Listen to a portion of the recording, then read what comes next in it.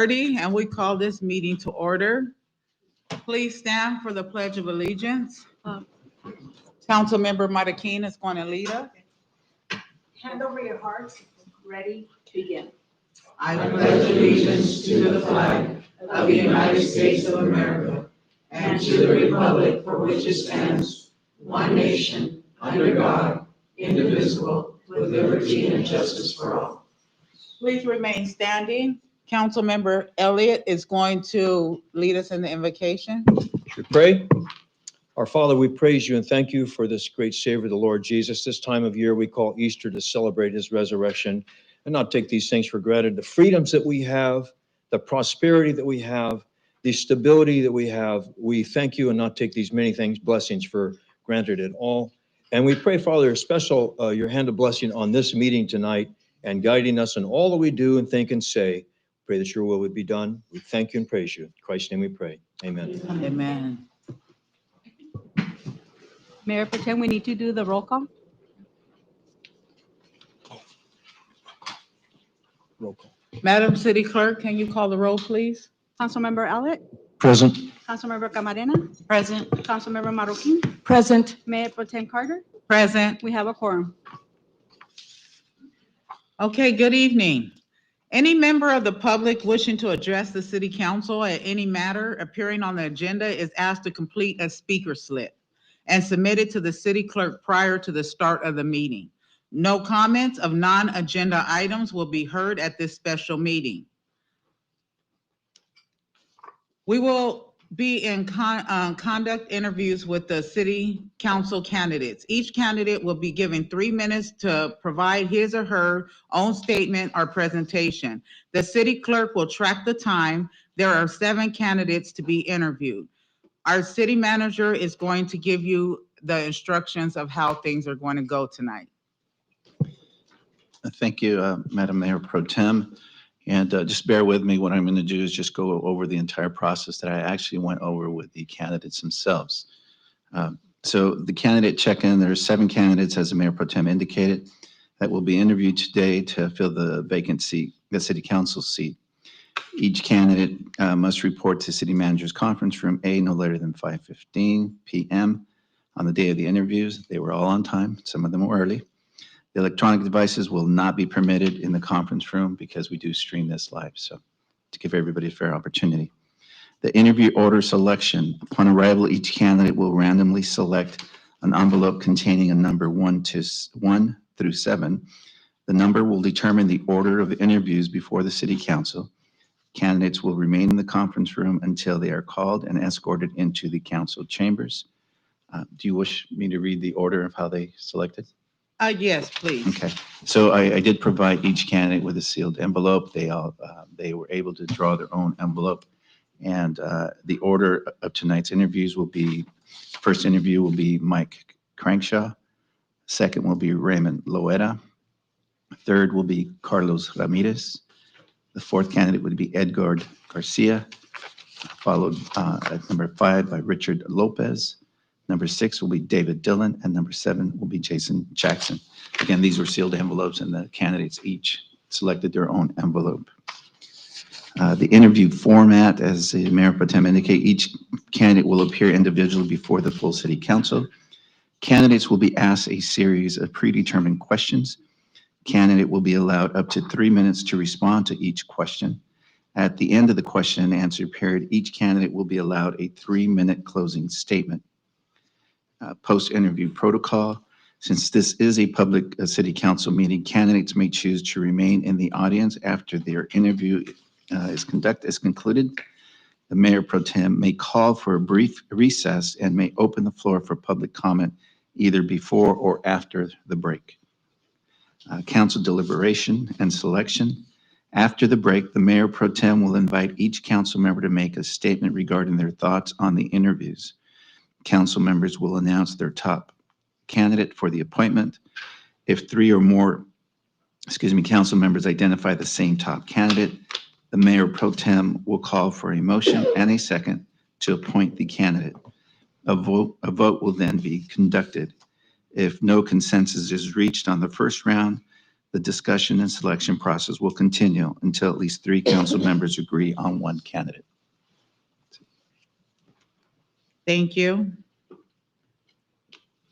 The interviews will be terminated by a drawing lots, as Mr. Panama has just stated. Who is our first candidate, and will you call them in, please?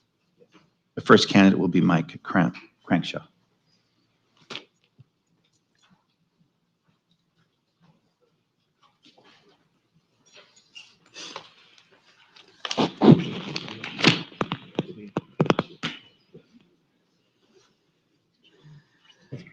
Did we open up for public comment before? Just ask if there are any before he gets here. You can ask right now. To be sure. Do we have any public comments? Madam City Clerk, any blue slips? We have none, Mayor. None online? Thank you.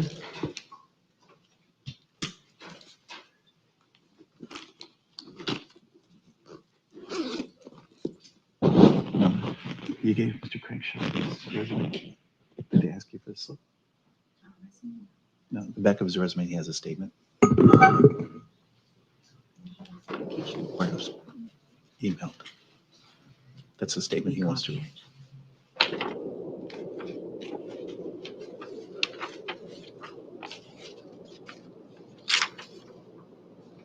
That's what he's going to want to read before you.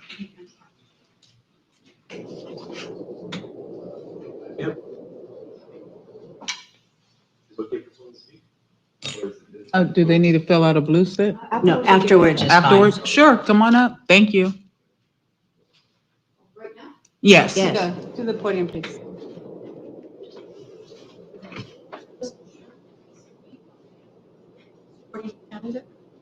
Because your blue slip says you may not, but.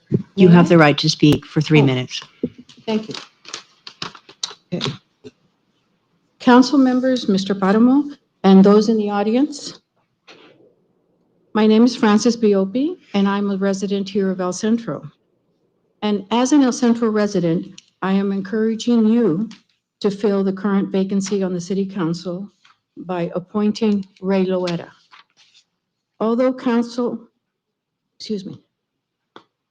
Although there appears to be a list of acceptable candidates, Mr. Loera far exceeds the minimum qualifications.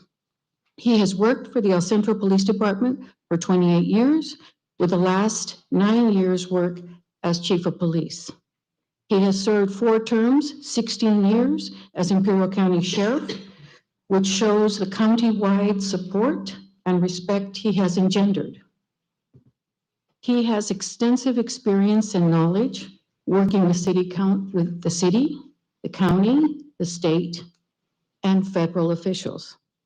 He has developed budgets for the city, county departments, which gives him special insights as an experienced department head and would provide the city council team with in-depth experience it currently does not have.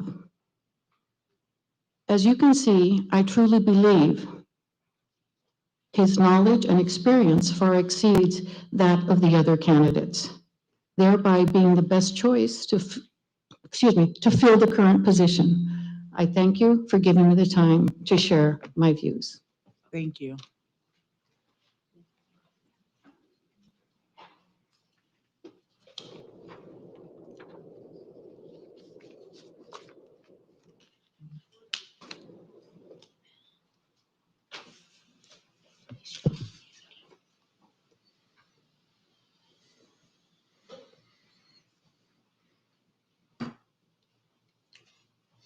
Madam Mayor Pro Tem, your first candidate is Mike Crankshaw. Thank you, Mr. Crenshaw, for actually stepping up to wanting to serve our city of El Centro. We appreciate that. Thank you. I'm going to start with the first question, and then I will turn to my colleagues, and they will give you a question as well. Okay. The first question is, what are the most pressing issues facing our city, and how would you approach addressing them? Well, I believe that some of the pressing issues, it's not just city, it's our county in whole, which is we've always had a distinguished where we've had our unemployment and with our youth. We had high teen pregnancy. One of the things that the city has done really well is create areas such as the swim, I believe what used to be the plunge, I'm not sure what it's now, and the skate park, the other things for folks for youth to do. But I think that that's always the biggest issue in the valley, is to continue to have activities, not just for the youth, but for all of our community. And I think that the city is, designating areas for that, and I believe that they've done a pretty good job so far. Thank you. ma'am. Appreciate that. Thank you. Okay, I'm going to turn to Councilmember Elliott, and he will ask his question. Mr. Crankshaw, what methodology would you use when making difficult moral, legal, and ethical decisions? How do you do that? Well, I appreciate that question. I believe to being fair, reasonable, and consistent during my decisions, and I believe that in a strategy which has been dubbed as the ring of decisions, and it's where decisions that affect the community, the entity, and that's not my, and the city as a whole come together, and where it affects positively, that's a great place to make your decision. I also believe in situational leadership. It's not just one fits all. So you have to kind of step back, look at this from a 360, gather all the information that you possibly can on a certain subject, and then move forward. And in a position such as the city council, it's a collaboration. All of us bring a certain experience to the table, and then we can lean on each other to come up with a really good decision when we can put more minds on it. So I believe that sound decisions are analytical. You think them through, you look at the outcome, and then you also have to make sure that you have a assessment component to it, that after you do you make your decision and you do the implementation phase, that there's an assessment to make sure that the decision is actually impacting in the way that you want it to. Thank you. Yes, sir. Okay, I look down to Councilmember Camarena and see if she would, are you ready? Yes. Yeah, okay, thank you. Okay, Mr. Crenshaw, the city of El Centro is a charter city operating under a council city manager form of government, with the city council acting as the legislative body of the city.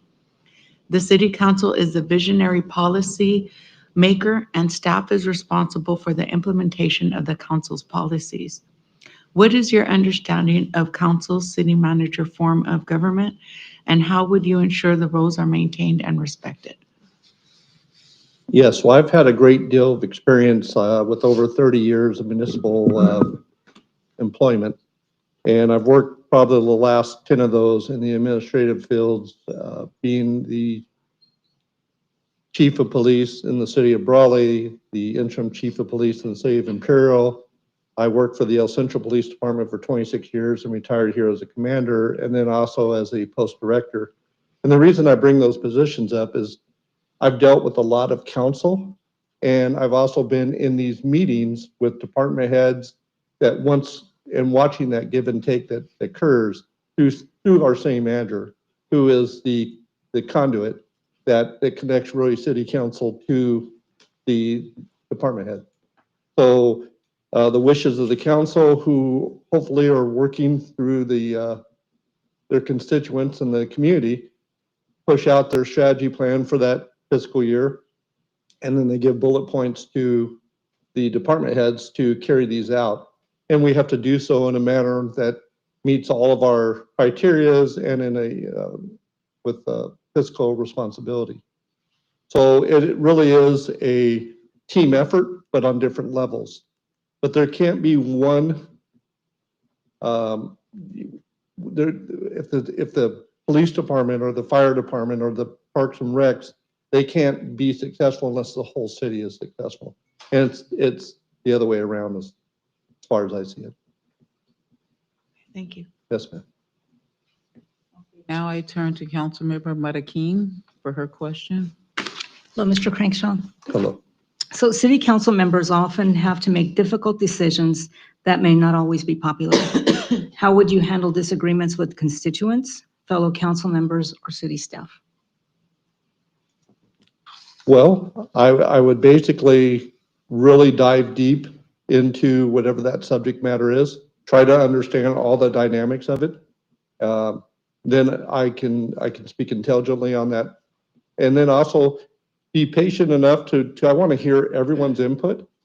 And again, I think we're going to have a better decision if we can all, what is the outcome we're looking for? What is the end game that we're trying to accomplish? And typically for me, that is what's best for our city and what's best for our community. I truly believe that if you just take that time, work through the process, it will, communication is huge.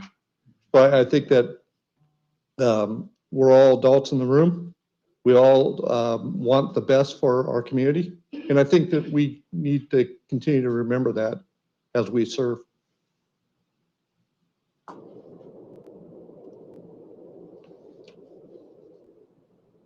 No, it's okay.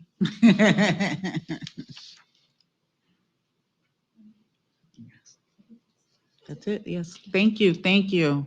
I do believe, are they able to sit in the room now? Have the 3 minutes. Excuse me? They have an opportunity for 3 minutes. Oh, if they want to speak at the Yeah. end? If you would like to speak just about your own self, about something that you will offer to the city, you have 3 minutes to do so now. Thank you. I Thank you. appreciate it. So there's some really good candidates that I just was sitting with. I think the city is in a really good position as far as a selection process. Me personally, I'm all about representing the community in a fair manner, that not just from one particular group or area. Working here for 26 years, I've culminated a great deal of relationships. I have relationships with a lot of the current staff that's on board, as well as some of the other outside agencies, state, federal, and local. So it's really, although I know that we have some council members that have been on there are candidates, I can hit the ground running as far as some of these other things from the inside of being a department head. And not just here, but also getting the opportunity to go to some of these JPIA trainings that we've had, some of the League of Cities stuff that, and so I found that all that has allowed me to be a strong candidate. I truly want to do the right thing for the right reason. I have a vision for the city. I was married here. I raised my kids here. I coached all kinds of sports here, my church. I am a true stakeholder in the performance of the city. And I would like to use that experience that I have to support the city in its future. So I do appreciate your time. I'd like to thank the council for the questions.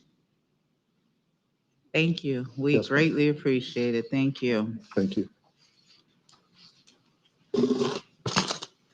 Thank you, Mr. Crankshaw. Thank you. And you are welcome to stay if you choose to remain. It's up to you. It's up to you. Yeah. It's up to you. Yeah. Madam Mayor Pro Tem, our next Yes. candidate is Raymond Loera.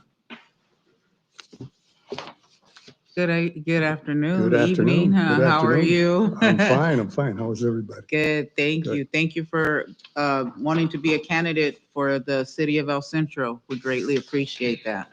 I'm My going to pleasure. start with the first question. Sure. My question is, what are the most pressing issues facing our city, and how would you approach addressing them?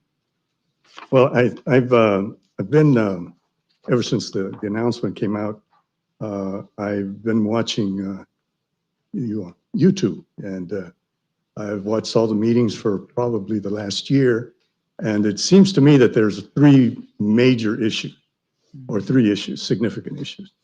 One is the hospital, of course, and that's going to impact or may impact the budget. There is there is the Measure P, which is also dealing with the budget. And I think those are probably the biggest issues. And of course, your compensation issues that are going to be coming up also, all three of them potentially, or not potentially, they will impact the budget. So how will I could address those? Well, I was fortunate enough to watch the presentation by your consultant last night, and I gotta compliment you. Wherever you got him, he is outstanding. He did a great job in explaining the budget and how it's going to go in the next few years. I thought it was very well put together. Put me at ease, to tell you the truth, because I certainly had seen some of the impacts that the hospital was going to have, and also the other issues. But he seemed to really explain everything extremely well. And for a guy like me, you can explain to me a budget. That's pretty darn good. And he did do that. I would encourage you guys to have him, if you can, explain that to as many of your employees, because I got to tell you, it was so easy to understand, and to the way he presented it. So I think that I would follow his plan. Seems to be very solid, very coherent. Councilmember Marroquin brought up probably the most important question that I had or would have had is in this volatile environment we're in right now, how is that going to impact? And he was even pretty positive about how he addressed that. I think that this council and of course the previous councils have done a great job in planning for the future. So I think that I probably wouldn't change too much. I mean, I don't have all the numbers or probably all the information that you guys have, but certainly heading in the right direction, I believe. Thank you. Now I will turn to Councilmember Camarena to see if she's ready to do her question, please. Okay, Mr. Loera, the city of El Centro is a charter city operating under a council city manager form of government, with the city council acting as the legislative body of the city. The city council is the visionary policy maker, and staff is responsible for the implementation of the council policies. What is your understanding of the council city manager form of government, and how would you ensure the roles are maintained and respected? A few years ago, well, quite a few years ago, when I was the chief of police here in El Centro, I had an opportunity, back up a little bit, my daughter was going to school at Cal State Northridge, and so we were going up there quite a bit, and I was very much tempted to put in for a job in the city of San Fernando. The city of San Fernando does not have this type of government. It is the council does most of the hiring and everything else. So I had to go before the council, and it was very interesting how the council's vision of a chief of police was, and I just use that as an example because I was in that process. And so I think that the type of government that we have here in El Centro is very efficient. I think it addresses issues in a very positive manner. I think that I have not ever seen there be a difficulty in who is going to set policy. And I was even fortunate enough, or maybe not fortunate enough, to sit in Mr. Paramo's seat for a short while they made a choice on the city manager. It was very clear to me who was going to set the policy, and I certainly would encourage that to continue in this manner. Thank you. Councilmember Marroquin, are you ready?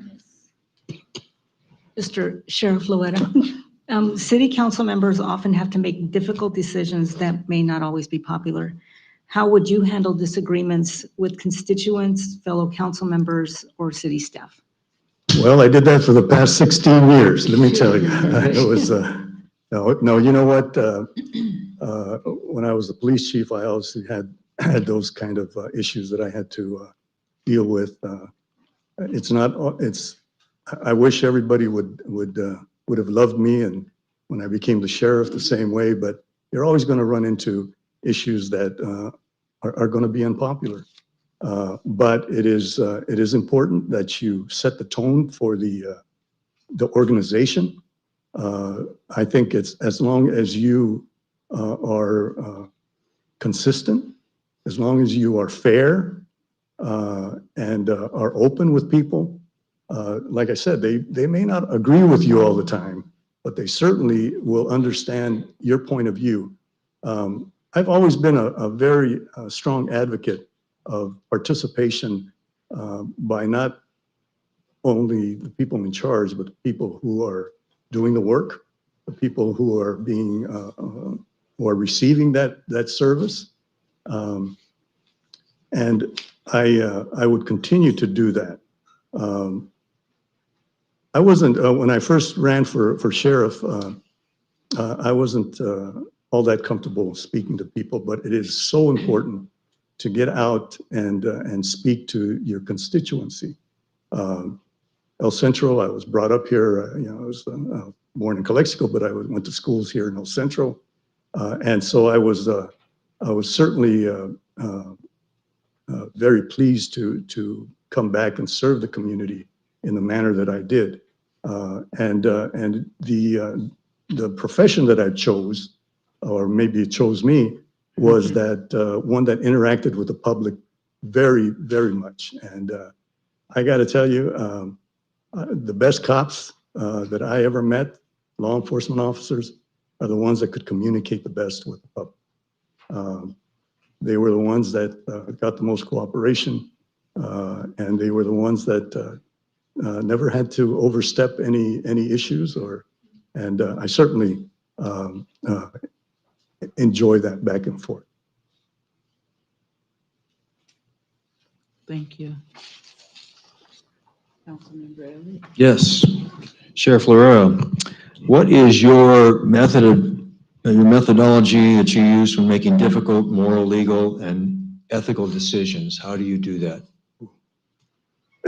Well, certainly and I was going to address this at the end of my presentation, or the questions, but it's certainly something that was established very early in my life, and that was with my parents, my mom and dad. They were the cornerstone of my life. They instilled in me a strong ethical position to always stand by those positions, but always be open to different views of points of view. My dad was certainly one of those guys that everybody liked. He was a really easygoing guy, somebody who I wish I could have been a lot more like him than I am.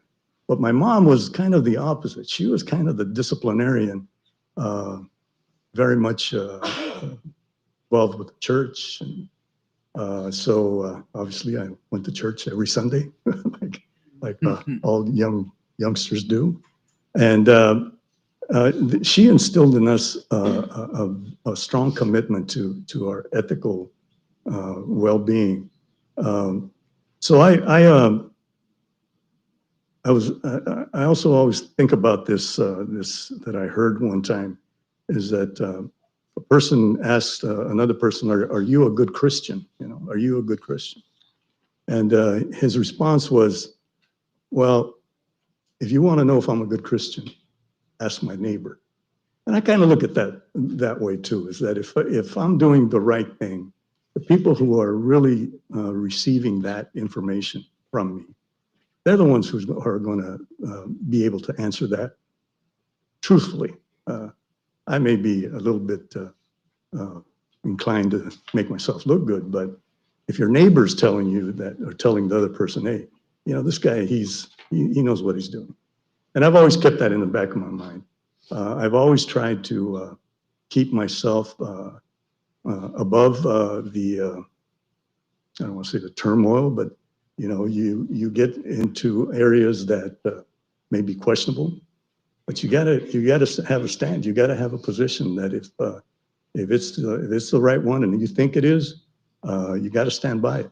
Now, if somebody comes up with information that can change that, I don't think there's anything wrong with that per se, but you gotta be strong sometimes and make those ethical decisions.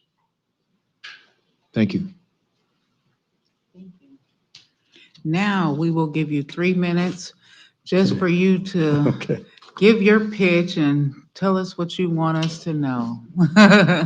Well, first of all, I wish that it was more than 3 minutes. It's, you spend 47 years in law enforcement and there's a lot of stuff that you would like to say, but I understand. So thank you, Madam Mayor Pro Tem, and City Council members for giving me this opportunity to once again offer my services to our community. I was very fortunate to have parents who taught me very early the importance of service and community to the community and commitment to ethical behavior. They were instrumental in helping me build a solid foundation on which I was able to have so much success, not only in my professional life, but also in my personal life. I also owe my success to my wife, Barbara, of 48 years, for giving me the support needed to excel in a profession that can be so hard on a normal family life.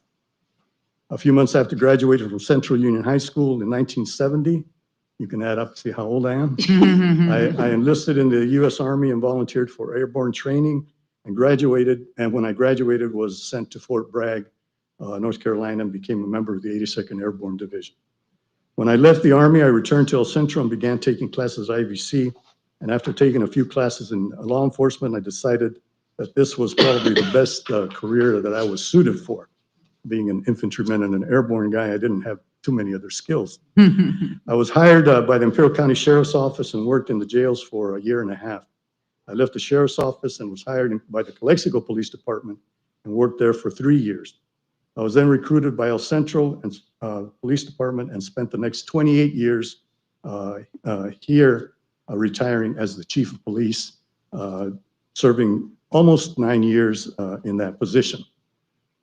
During my tenure as the police chief, I had the unique opportunity to act as a city manager while a replacement was hired. I continued my education, obtained my AS in a degree in law enforcement from IVC and a BA in criminal justice administration from San Diego State University. In my professional career, I graduated from the FBI National Academy and the California Post Command College. I was elected Imperial County Sheriff and served 4 terms at 16 years. Retiring just a little over 2 years ago. I can say without hesitation that I found a profession that contributed to the community every day. That profession has prepared me for the position you are seeking to fill. If I'm selected to the position, I can promise you the following. I will always have the best interest of the whole community in mind when making decisions. I will always be open to other points of view and opinions and encourage civil debate. I will be as transparent. I'm almost done. I will be as transparent as possible within the law. And most importantly, I will do my best to develop trust between the members of the council, employees of the city, and the public. Thank you. Thank you. We greatly appreciate it. Thank you very You are much. welcome to stay and sit in the audience as we listen to the rest of our candidates. Well, I may do that. Thank you very much.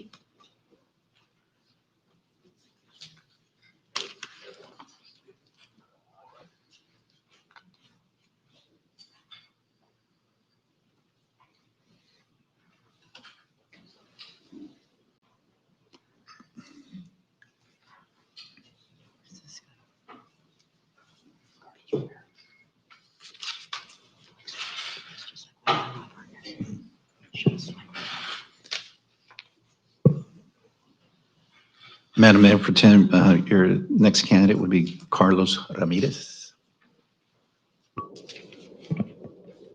Good evening. Good evening. Thank you for wanting to be a candidate for the city of El Centro. I will start off with the first question.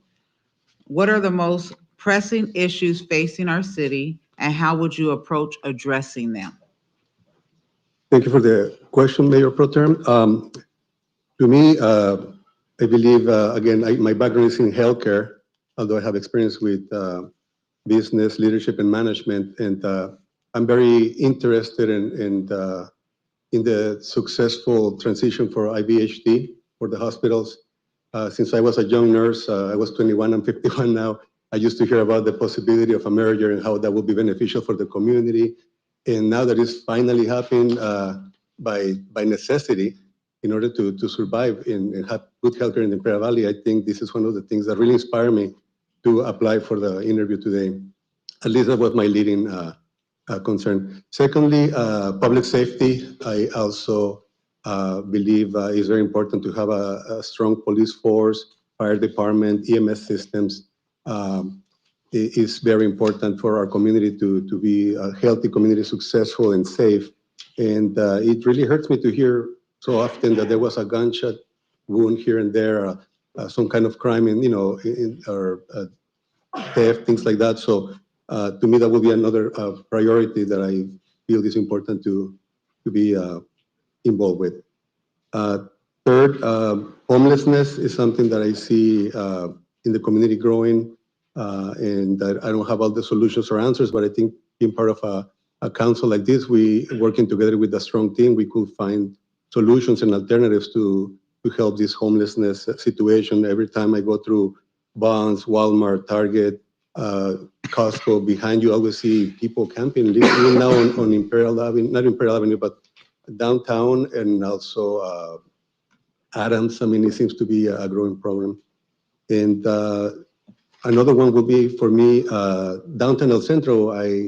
I've been here most of my life, and I remember when I was in high school coming to downtown El Centro to go shopping, and it was a vibrant area. I used to go a lot. When I was in high school, I had a rock band, so I would go to the music store there all the time, dreaming and buying a guitar, And but I remember it was a very active area and safe. Now you go, and it looks like it's a little bit of some businesses are revived. I just went to a local restaurant recently, but still you see homelessness around, and you not necessarily feel very safe. So in my point of view, those will be four things that I will be or think are priorities in our community. Thank you. Appreciate that. I will turn to Councilmember Camarena and for her question. My statement is this: the city of El Centro is a charter city operating under a council city manager form of government, with the city council acting as the legislative body of the city. The city council is the visionary policy maker, and staff is responsible for the implementation of the council policies. What is your understanding of the council city manager form of government, and how would you ensure the roles are maintained and respected? Thank you for the question, Councilmember. I believe it's, and I've seen, some of the videos from the council on how the votes occur and the discussions, which I think is the best way to find solutions. It should not only be my way, my beliefs, my bias, but having back and forth. In my experience, I'm a commissioner for the local health authority I'm on my second term, and we kind of follow the same process on voting for projects to support the medical community here in the Imperial Valley.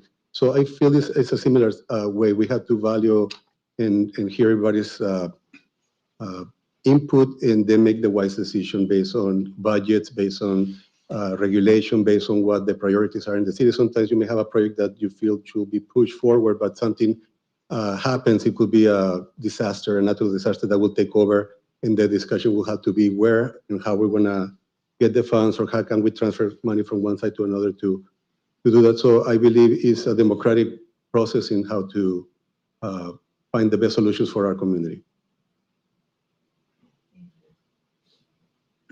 Thank you. Now I turn to Councilmember Marroquin. Mr. Ramirez, let's see. City council members often have to make difficult decisions that may not always be popular. How would you handle disagreements with constituents, fellow council members, or city staff? Thank you for the question. That's, I feel, my expertise. I've been dealing with these kind of challenges all my career, working as a director for the hospital, manager for another hospital. I've been a regional director of operations for another home health agency, not only in El Centro, but San Diego, La Jolla. And I always had to make decisions based on budgets, based on necessities, based on challenges. And it's very important to me to listen to our constituents, right? How to make the best decisions is listen to everybody, even if they have different points of view. There's an old saying that a mentor taught me, and I think is very wise, which is seek to understand before trying to be understood. So listening and really putting myself in the shoes of other people, I think this helps us to make the best decisions. My background when I started here in El Centro, coming as an immigrant from Mexico, I had challenges. We live in Hobile in a very poor area in a one-bedroom apartment for 4 siblings and my parents. And since an early age, I started working. I used to work in the fields in Coachella in the summer, to make some money. And the reason why I bring that story is just to tell you that I have worked and I have been in the shoes of migrant workers on challenging and having to share one little room for 6 family members. I know what it's like not to eat the healthiest food available and cup of noodles food for a few days of the week until the paycheck comes in.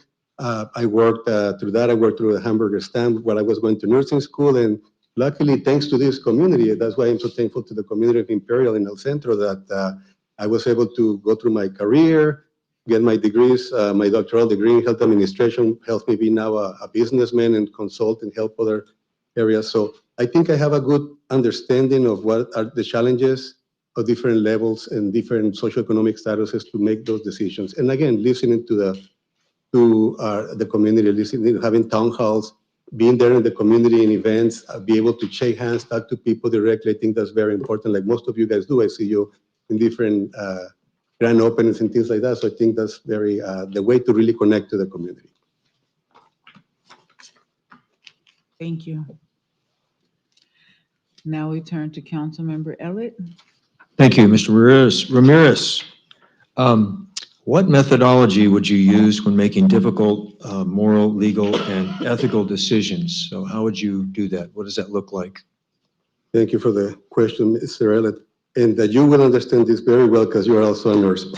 I always use the nursing process, even in my personal life and in the healthcare status, and even with business decisions. The nursing process has an acronym ADPI, which is you assess, diagnose, plan, implement, and evaluate. And if that doesn't work, you go back to assess. That's how we used to treat a disease, a medication to see if it works. But I had done that since an early in my career with personal life and in business, and that has always been the process to go about it. You assess the situation. Let's say it's a city budget decision that needs to be made. You assess the situation. You diagnose, how urgent it is, or something can be put on hold, or is it a long-term or short-term plan?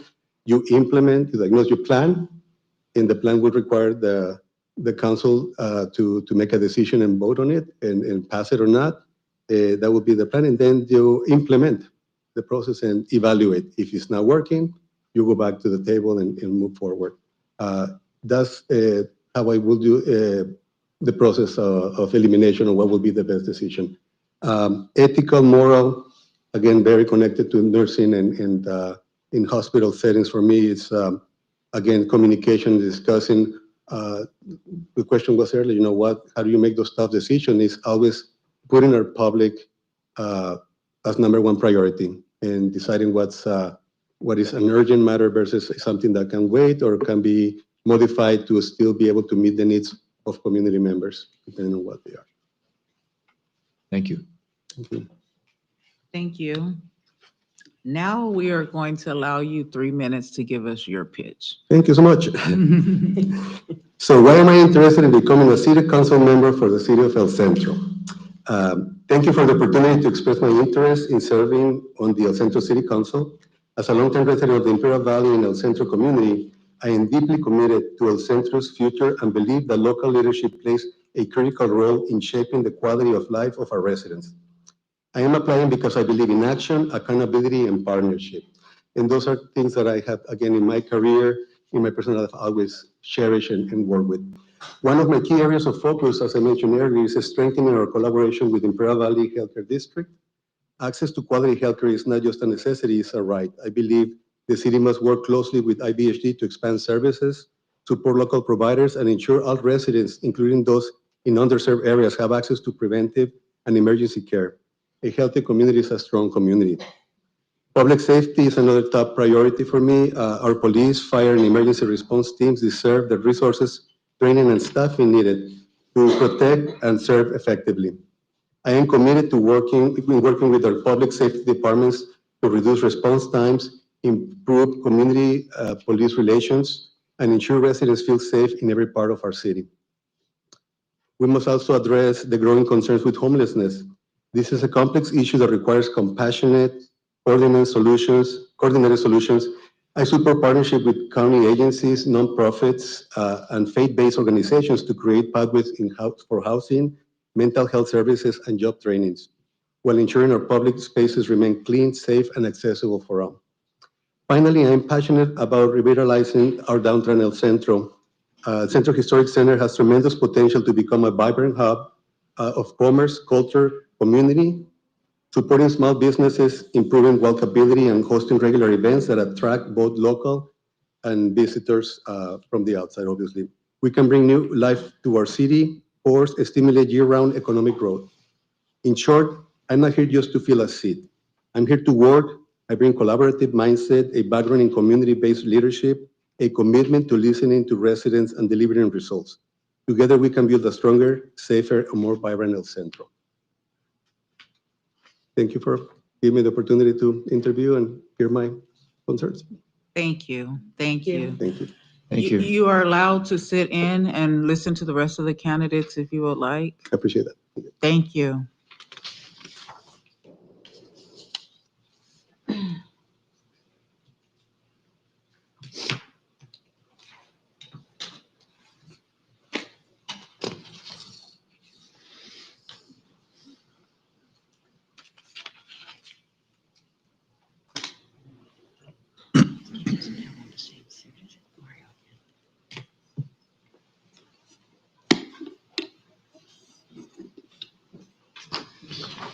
Madam Mayor Pro Tem, your next candidate is Edgar Garcia.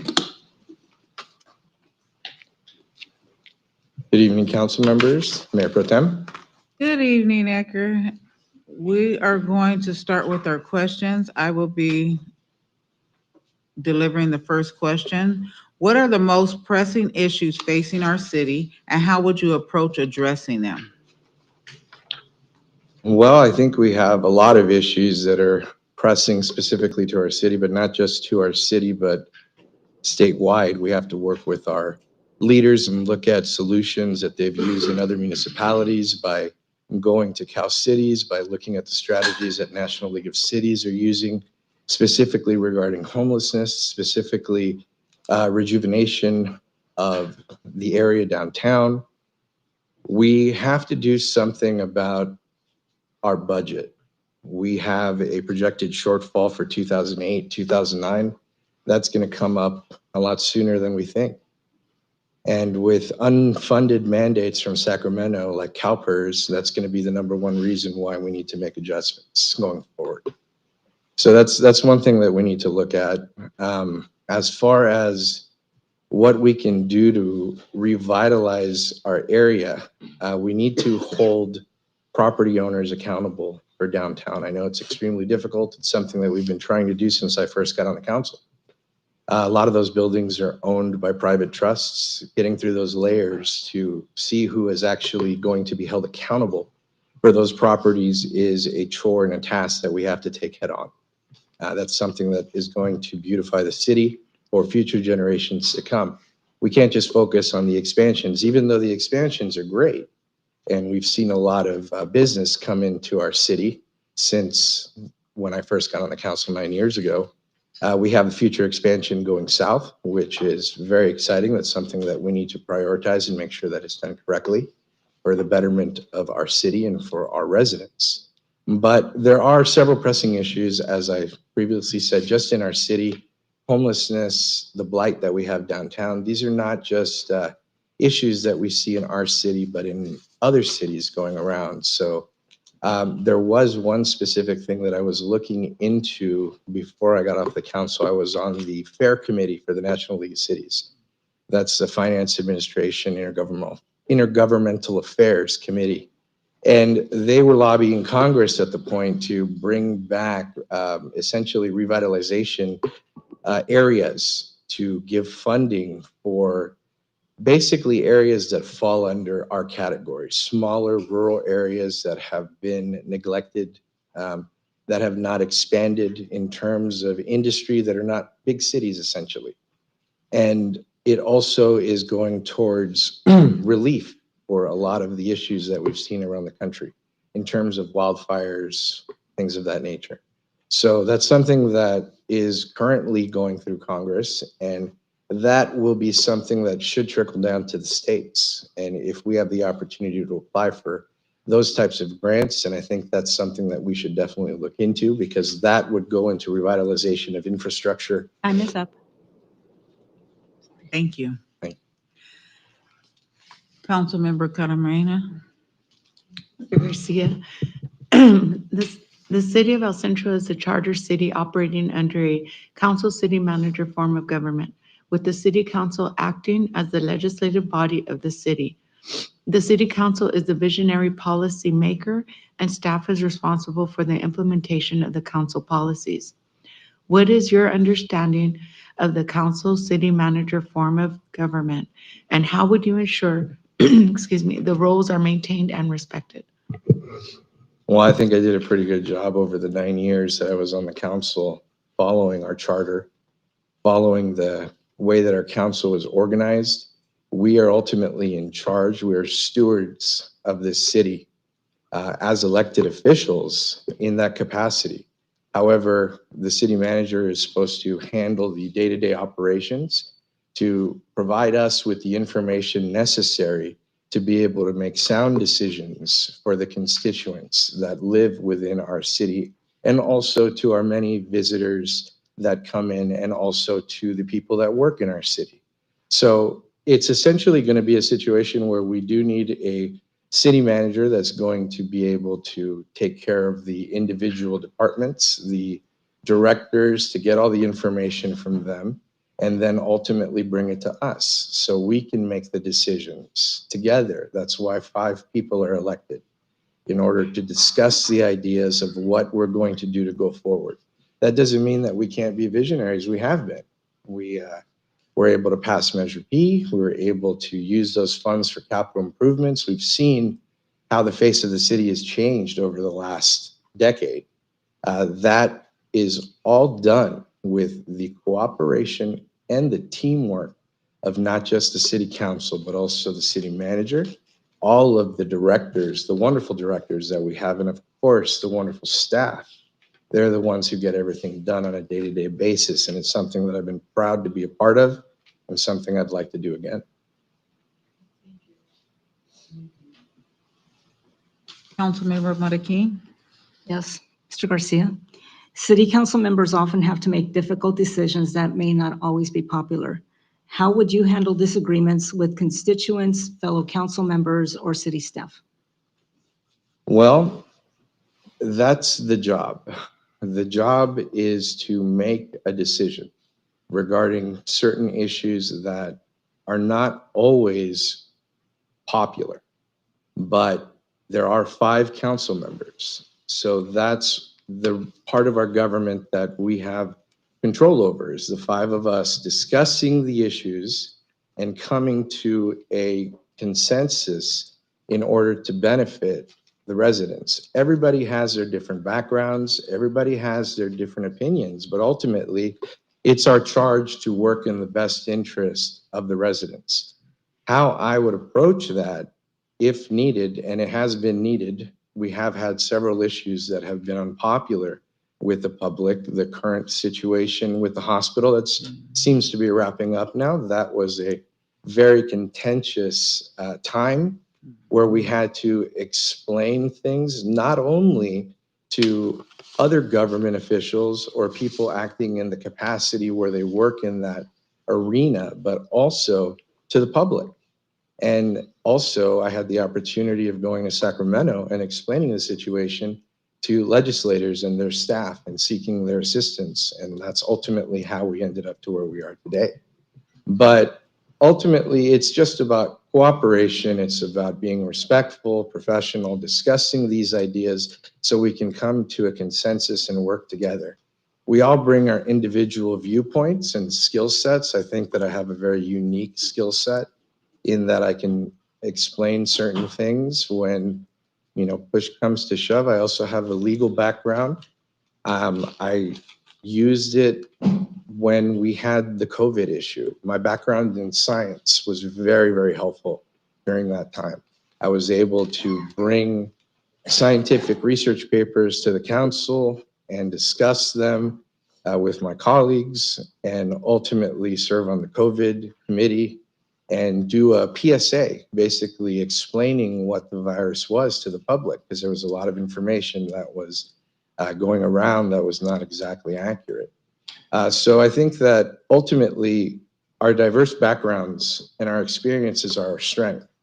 And when we come together and discuss difficult issues, we have to be prepared to form a consensus in order to present it to the public as a unified voice, because that's what we were here to do. Thank you. Councilmember Elliott? Yes, Mr. Garcia, thank you for being here. So what methodology would you use when making difficult, moral, ethical decisions? How do you decide right from wrong? Well, I basically have a set of morals and standards as most people do. I look at a situation and I look at who's it going to affect, what could be the ultimate impact of it, and if it's going to hurt anybody. Also, of course, operating under legal guidelines as we are charged to do by the oath that we take when we are elected. So with that information, I mean, I'm a family man, just like most of our constituents. I have children. I also think about what's going to benefit them in the future. How are we going to prosper as a city for future generations?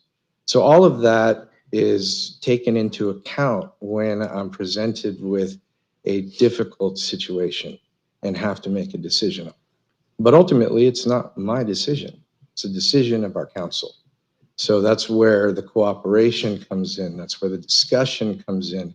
And that's where we can take advantage of our varied and diverse backgrounds, because each one will have an opinion.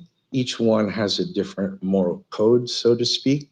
But with cooperation, we can discuss what the issues are and then present them to the public. And of course, try to make the best decision that we can in order to further the interests of the city and our residents. Thank you. Thank you.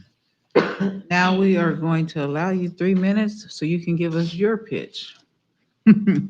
Thank you. You're welcome. It was an absolute honor to serve on this council for 9 years. I learned a lot of information. I dedicated a lot of time into making sure that I was prepared, that I went above and beyond and researched not only what was on our agendas, but also a lot of the legal implications of what we were dealing with, as well as some of the lawsuits that were against us. I also took time out when we had a horrible situation with COVID, put myself at personal risk touring the hospital in the COVID wing in order to better understand what we were dealing with, to see the actual people and their faces as opposed to just reading about it in the paper or hearing about it in the news. I think that assisted me in helping to explain what needed to be explained to the public and to really focus on getting the information out there as a city.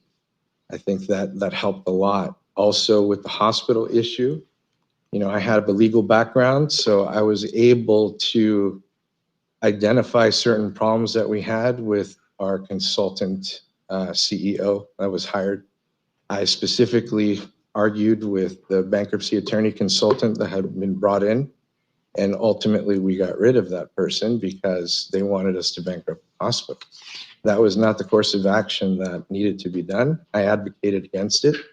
And now we find ourselves here at the end of a very, very long road, which I'm very, very happy and very proud of the time that I spent on doing that. So I think that I bring a unique perspective because I've been there.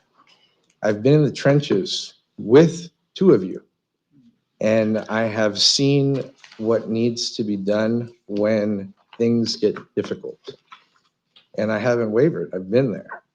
And I have volunteered for those positions, and I have advocated on behalf of the city and the residents. And I wish to continue to do so. And I think that I would be a good fit because I am only 3 months removed from the council. I have operational knowledge that is current. I've been involved with the issues such as the budget. We just had a budget presentation yesterday, which I watched. That budget was first approved in the summer and then again in November. It's a budget that I have followed, that I was a part of during those decisions. So I would be able to hit the ground running. I have current operational knowledge, and I still have a laundry list of goals for what I wanted to accomplish as a council member. And those goals are not centered around what I want. They're centered around what I want for the people, because ultimately they're the ones that we're serving, and Mr. Garcia, time is up. they're the ones that are the most important in this. So thank you. Thank you. And I didn't thank you at the beginning, then I do want to take the time to thank you for the opportunity to come back to the council. Thank Thank you you. very much. Thank you. You are more than welcome to sit in and listen to the rest of the candidates. Excuse me, Madam Pro Tem, our next candidate is Richard Lopez. Good Hello. evening, Mr. Lopez. Good How evening. are you? Great. That's good. We want to first thank you for just putting your application in and expressing yourself for this opportunity to be on the council. I'm going to Okay. start with the first question. Sure. And the first question is, what are the most pressing issues facing our city, and how would you approach addressing them? Well, I think the two most pressing issues right now is the homeless. I think it is out of control. But now with the Supreme Court decision that was made, that the cities can take back basically their sidewalks and parks and public areas, that we can put together a comprehensive plan with the nonprofits, with the city staff, obviously, and other stakeholders, so we can devise a plan so we can transition the homeless to either housing, or if they do not want to move or resist the movements, that we can have them go into designated encampment area. You don't want to criminalize them. However, if they do not want to abide by what the ordinances are, then we may be forced to take consequences.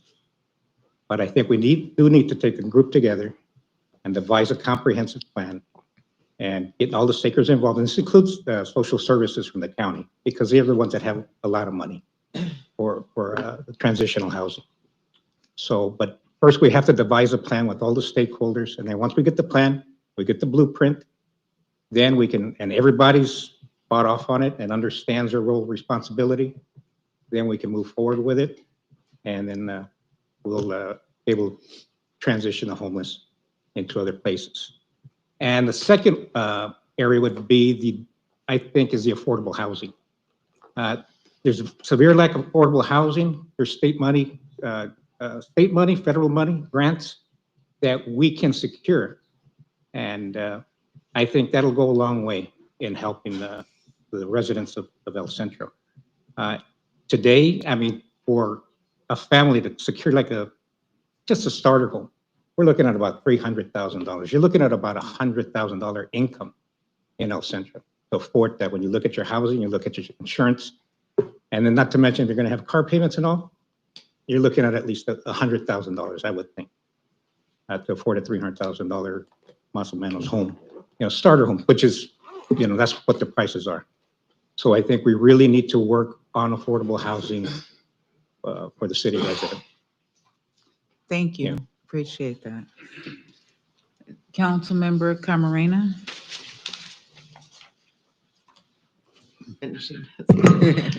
Okay. What I want to do is read mine. Okay, Mr. Lopez, the city of El Centro is a charter city operating under a council city manager form of government, with the city council acting as the legislative body for the city. The city council is the visionary policy maker, and staff is responsible for the implementation of the council's policies. What is your understanding of the council city manager form of government, and how would you ensure the roles are maintained and respected? Well, I think the city manager is responsible for the day-to-day operation of the city, obviously, supervising all the department heads. And he is carrying out, in this case, he is carrying out the vision of the city council. The city council gives them direction, and then they say, this is how we want the city to move. Then the city manager implements that in accordance with the city council's instructions. I don't believe that the city council should be stepping on city manager's toes as far as trying to direct city staff. You have to have that respect between city staff, or excuse me, the city manager and the council's role. So again, the city council gives city manager direction. So this is our vision. This is what we want done. And the city manager, it's his job to carry out those instructions. If there's a problem and say we have lack of funding or some issues come up that we're not aware of, then it's the city manager's job to come back up council. He briefs council on what the issue is and whether we need more funding or there's obstacles that he encountered that council needs to be aware of, and then come up with some kind of remedy.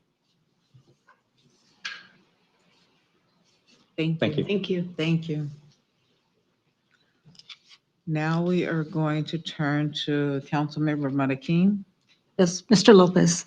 City council members often have to make difficult decisions that may not always be popular. How would you handle disagreements with constituents, fellow council members, or city staff? I've had this experience in my career when you have to make the hard decision. Number one, you're always going to listen to all the sides, pro, con, whether they agree with you or you don't agree with them. You're going to hear everybody's input. And at the end, after you've looked at all the information that you have, you've analyzed it, and you say, you know what, this is the best decision for the city. Even though you may personally disagree with it as a council person, personally. But as a whole, you say, you know what, okay, no, the evidence is overwhelming. This is the best decision to make. Once you make a decision, you got to have the courage of your convictions and just say, this is the way I'm voting, this is the way I voted, and explain that to your constituents. The ones that vote. It doesn't matter whether they voted for you, or they didn't vote for you. It's, you just do what's best for the city at all times. And, and I think lastly, just always do it with integrity. Thank you. Councilmember Elliott. Yes. Mr. Lopez, thank you for coming. Another decision-making question. What methodology would you use when making a difficult moral, legal, ethical decision, and how it would maybe personally benefit you to influence your decision? What was the last part? If there would be some influence, like something influencing your decision that would be some benefit to you. Well, there wouldn't be, number one. If there was a decision for the city and there was any possibility that it would benefit me, family, close friends, I would recuse myself immediately. As a council manager, you're going to look at all the information you have, and again, you're going to analyze it, and then you're going to come up with a decision. But however, should there be any iota chance of benefiting me personally, my family, friends, relatives, I would recuse myself and wouldn't do it. Thank you. Thank you. Now we give you 3 minutes for you to deliver your pitch to us. Okay, first I would like to thank you, Mayor Pro Tem Carter and council members for the opportunity to interview for the city council. For a little background, I am a lifelong resident of El Centro. My wife and I raised our 3 children here. Now my 6 grandchildren are being raised here. Career-wise, I was a proud United States Border Patrol agent for over 30 years in the El Centro sector, and 1 year at the DHS level in Washington, D.C. As for my civic contributions, my wife and I have been heavily involved in helping our community for over 40 years, ranging from coaching and being board members for the youth sports groups or leagues to coordinating charity events for those in need. My public service is a testament to my commitment to our community and a strong desire to see it thrive. If appointed, my top priorities would be first, the homeless. This is a complex issue that requires a methodical and thoughtful approach. Now, this issue will not be solved overnight, but having a strategic vision that allows the city to address problem areas now will set the stage for effective and long-term impact. For example, addressing the area on State Street is critical to not only resolving the homeless issue, but will also allow for the revitalization and economic development of downtown. A strategy to do so would be to transition this population to housing programs or to designated homeless encampment areas.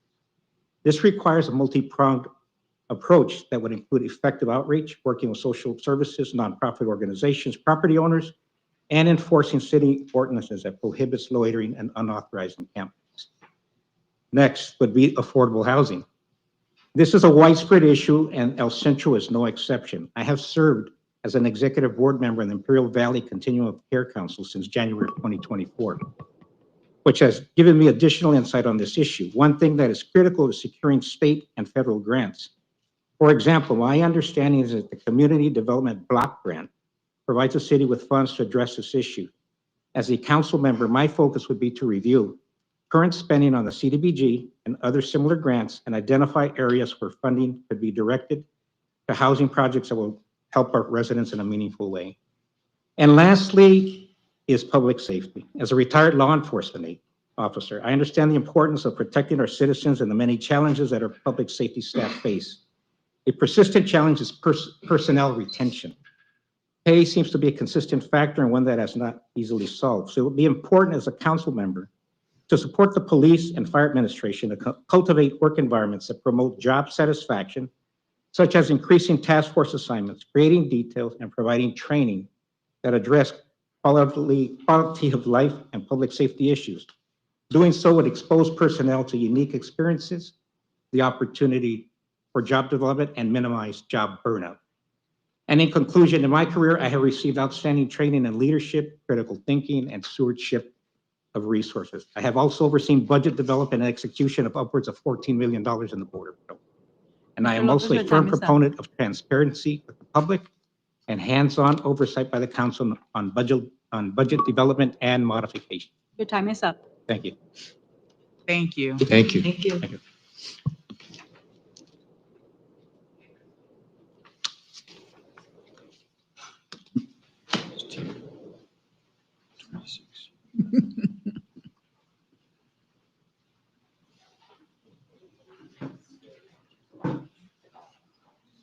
Yes.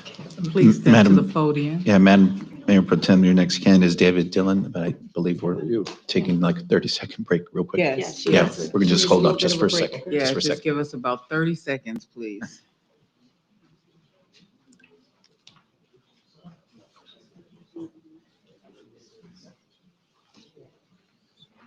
Okay.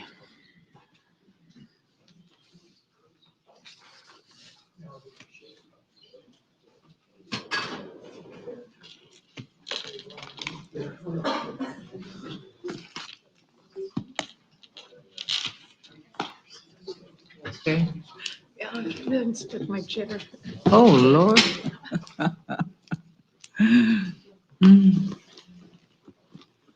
Sorry, everyone, it got a little cold. I need to go.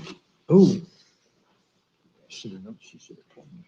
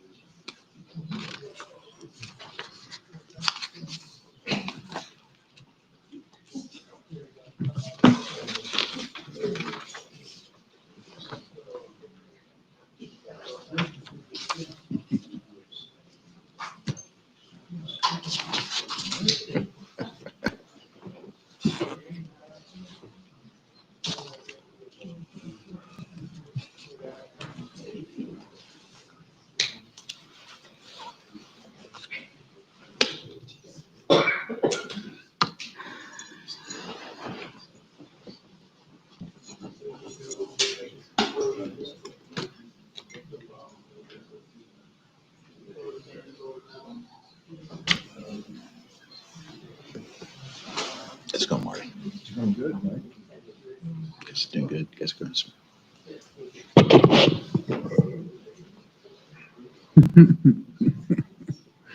You just talked about the social butterfly.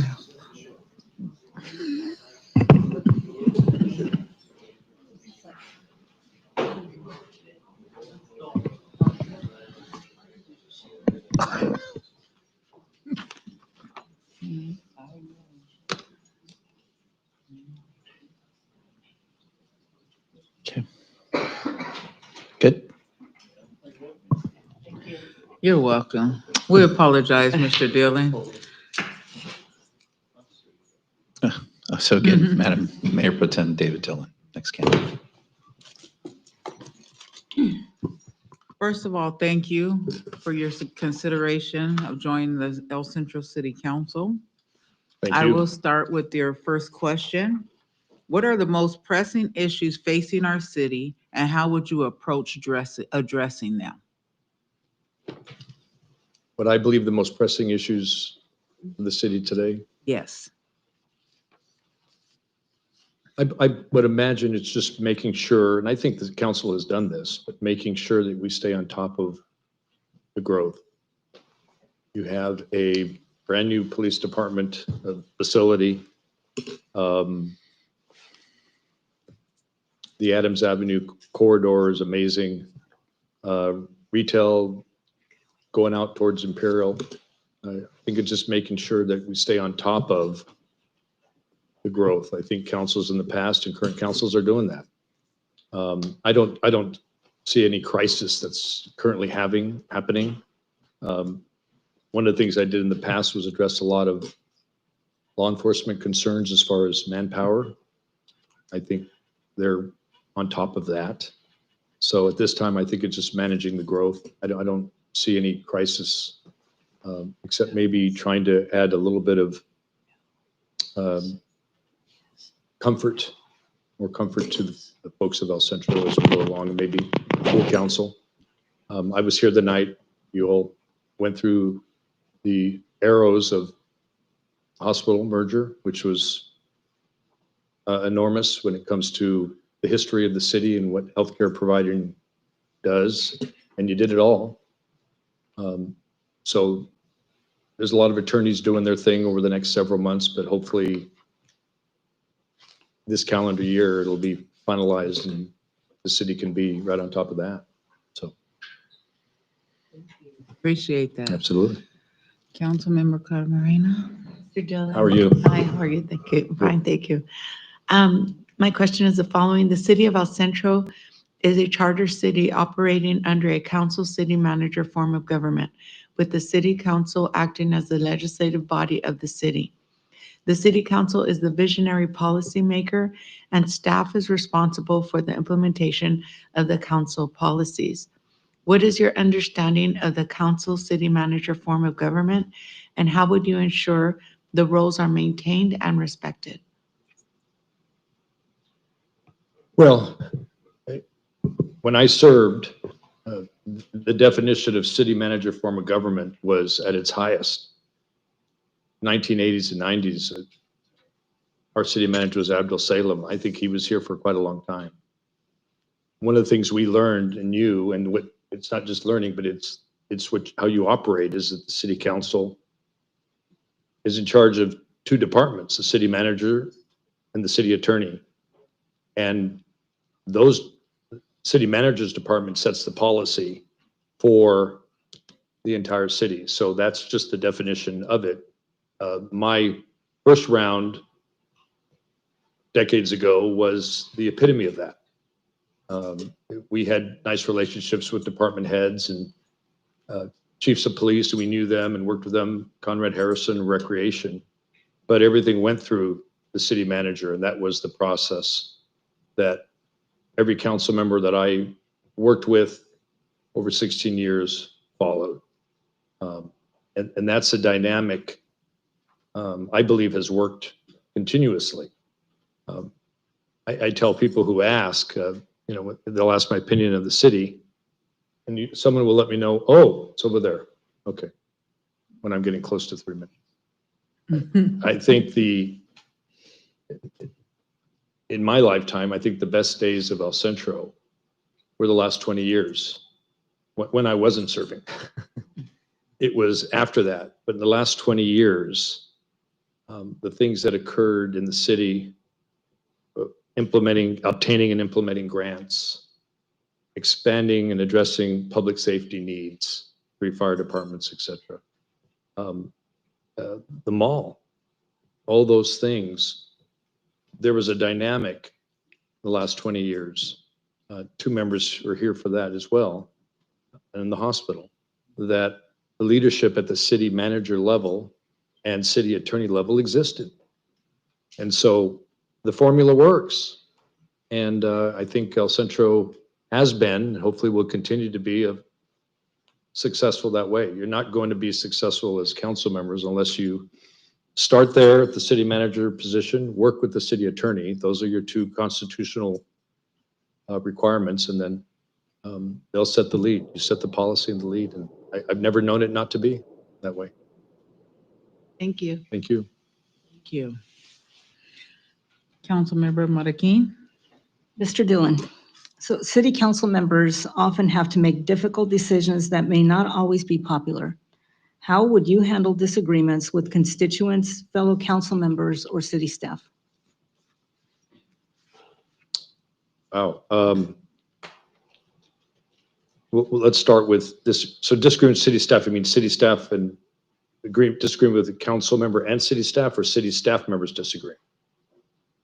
How would you handle disagreements with constituents, fellow council members, or city staff? Okay, myself as city staff. Again, I'll start with city staff first.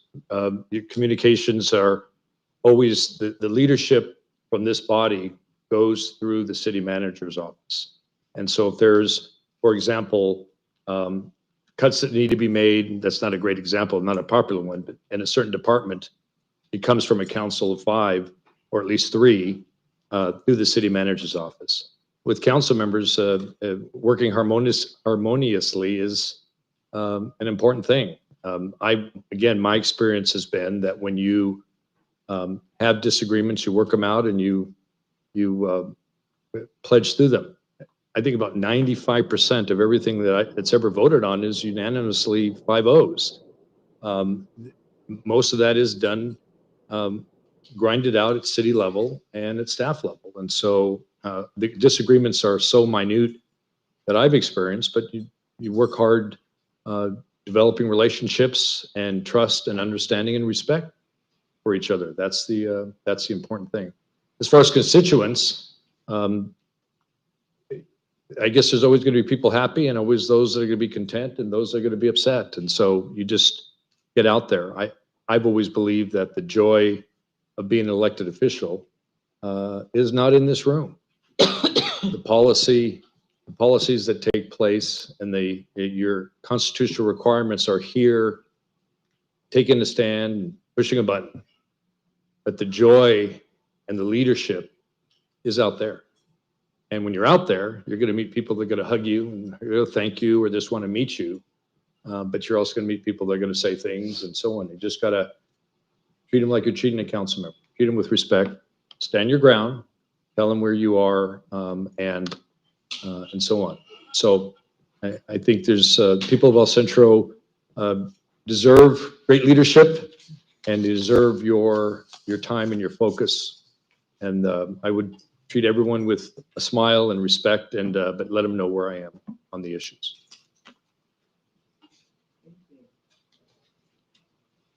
Councilmember Elliott. Yes, Mr. Dillon, thank you for being here. Thank you. Ethical question. What methodology would you use when you're making a difficult moral, ethical decision? How do you discern right from wrong? How do you do that? How do I discern right from wrong? As a council, making a decision on the council or in life? Yeah, I think for you personally. Well, I guess it would start with my upbringing. I was raised just by my mother, she was a tough woman. You know, our right from wrong meter was what she said. initially growing up. So, you know, it probably is based on that and my upbringing in church and just, again, being respectful to folks. I'm trying to think of something recently that maybe, I wish you'd give me an example, but it's okay. It's my upbringing and the values that she gave us. We grew up very poor in El Centro. Father left us. My mom raised 3 babies, and life was tough. And so there were a lot of family values involved there. And still, we try to develop love and respect for a father who was never there, and we did. And loving this community. And again, trying to always do it with respect and a smile. But I guess those values are things that come early in life. And for us, it did that way. I'm not sure if I answered your question. I'm trying. That's fine. Did you ask everybody that question?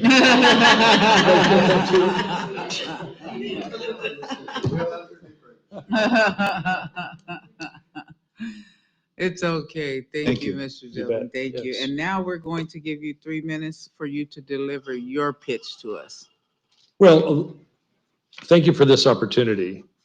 It was I know when the night Sylvia became mayor, she made a comment. I don't know if she remembers it. I'm sure she did. But she said that it was the greatest night of her life. And I will say, serving the 16 years I did in 1985, I was 23 years old, to 2001, it was the greatest experience for me. And of course, I would never dream this opportunity, but 18 months is about it.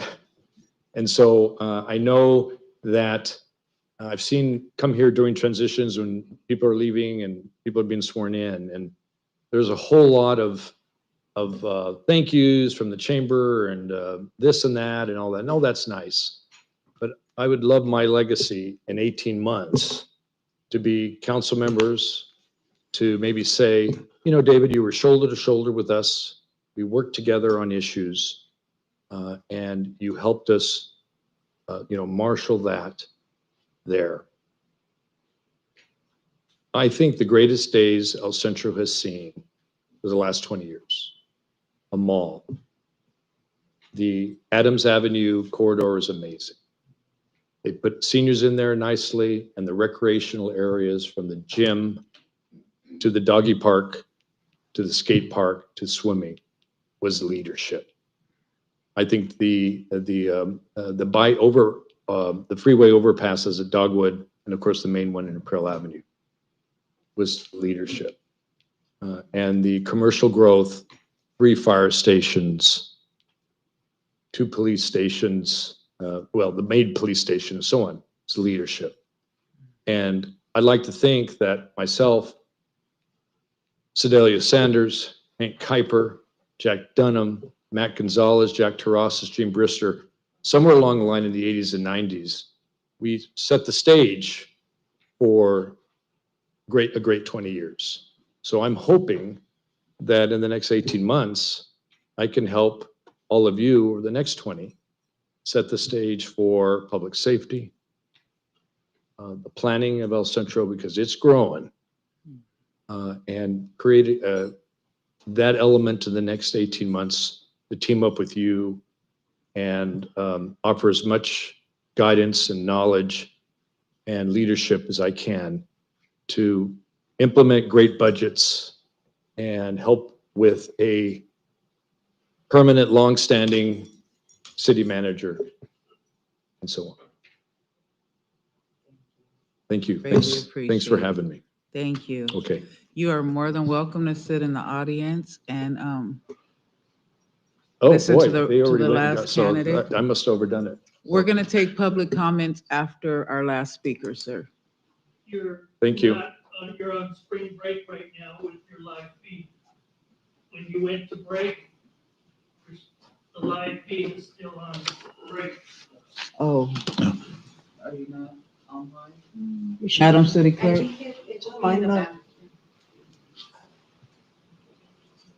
Thank you.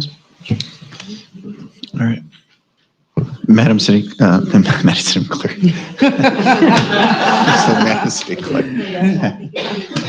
Madam Mayor Pro Tem, your next candidate is Jason Jackson. Good evening, Jason. Hi, how you doing? We want to first thank you for putting in your application to become El Centro City Council member. I'm going to start with the first question.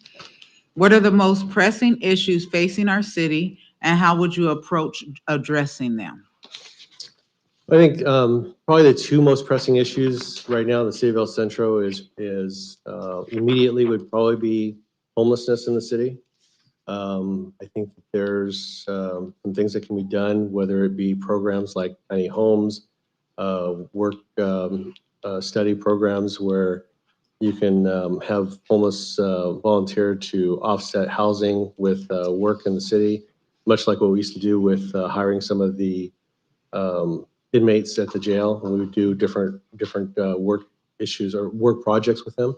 I think long-term though, our budget is probably an issue. And I think in watching a couple of recent meetings that you guys were having, there was some talk about, how do we fund all the things that we want to fund? And my answer to that is that in 2020, when I was on the council, my intention was to bring forth another half-cent sales tax. In 2016, I authored Measure P. We passed that, and the results of that was our new library, our new police department, millions of dollars of infusion into our city parks. And my intention all along was to come back and ask the voters for another half-cent, which would then fund a lot of the shortfalls, whether it be staffing, whether it be infrastructure, beautification, things like that around the city. So I think the budget is an issue, but I think also, if you talk to citizens around town, homelessness is something that they want us to take care of and want us to address.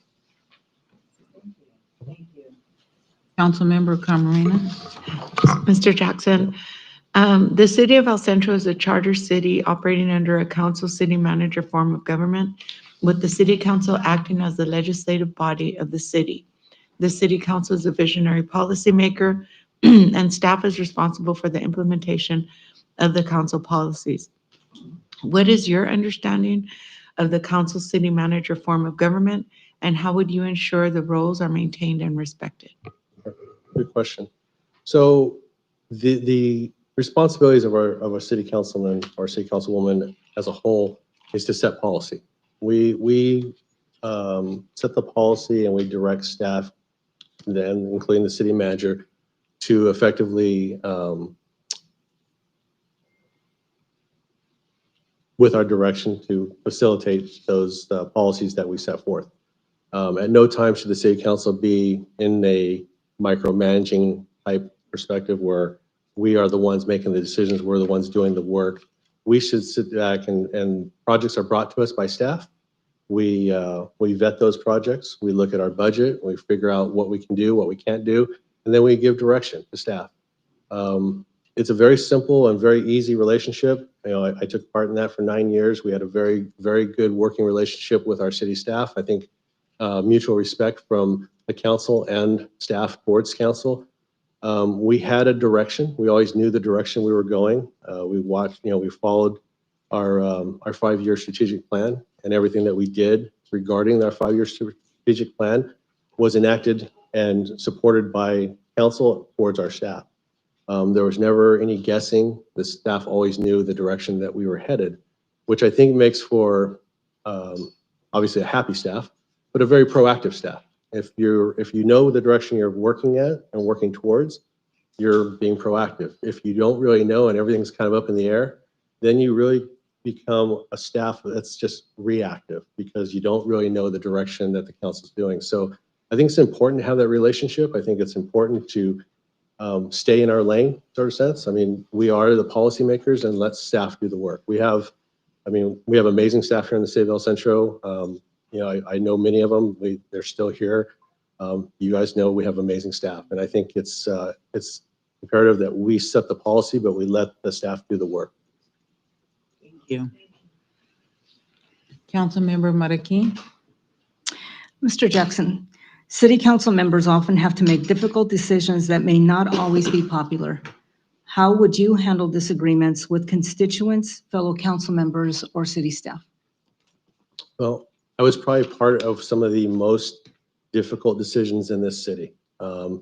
Back when Planned Parenthood came to town, there was literally times where we had thousands of residents that were bussed into this council chambers. We encroachment permits to close off 12th Street, thousands of people in the quad. Friends, family, relatives, people I know, and all wanting a certain thing to be done, having our hands tied by state and federal laws that, we couldn't do certain things that those people wanted. It was a very unpopular position that we were in. And, but you have to do what's best for the city, and you have to do what doesn't, I'll take you back to that time where we had 2 draft copies of lawsuits, one from the ACLU and one from Planned Parenthood. They were both $1 million lawsuits. I think we spent $30,000 on outside counsel to review those lawsuits. And what was told to us is if we did anything that deviated from state or federal law, those 2 lawsuits would immediately be filed. We wouldn't be covered by JPIA because we would be working outside the scope of what our abilities and powers are. And this city would have lost upwards of $2 to $3 million of our general fund, which at the time was probably a little bit more than 10%. It wouldn't have resulted in anything except delaying the opening of Planned Parenthood. But we had to make decisions that weren't popular at the time with a lot of constituents, but we had to make decisions that were fiscally responsible as a council member for the city. And at that time, that fiscal responsibility landed on the 5 of us that were on the council to authorize the opening and allow the opening of a legal, entity that was legally able to open the city of El Centro, no matter how unpopular it was.